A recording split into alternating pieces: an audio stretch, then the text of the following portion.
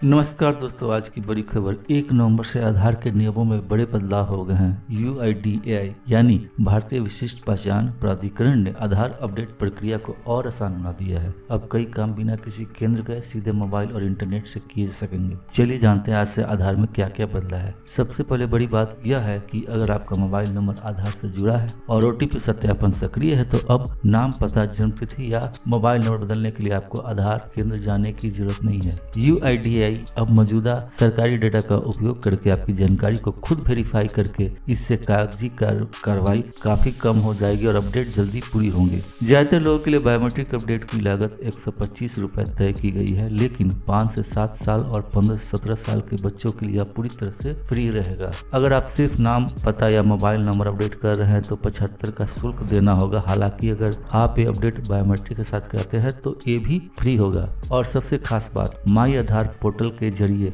Document update 14 जून 2026 तक free रहेगा। अगर आप केंद्र से कराते हैं तो 75 रुपए का चार्ज लागू होगा। UIDAI ने फिर से याद दिलाया है कि आपको 31 दिसंबर 2025 से पहले पैन को आधार से लिंक कराना जरूरी है। नहीं करने पर आपका पैन निष्क्रिय हो सकता है। KYC, बैंक सर्विस या टैक्स रिफंड जैसी सुविधाओं में देरी हो सकती है।